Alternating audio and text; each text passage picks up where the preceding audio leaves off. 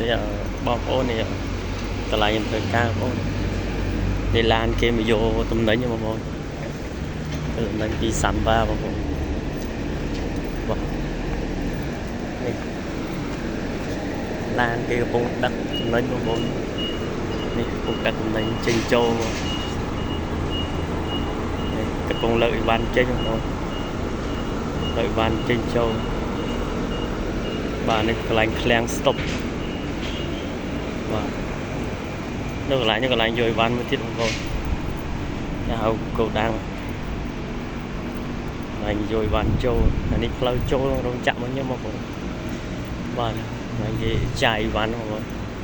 នេះឡានដឹកទំនិញចេញចូលបងប្អូនបាទនេះផ្លូវចូលបងប្អូន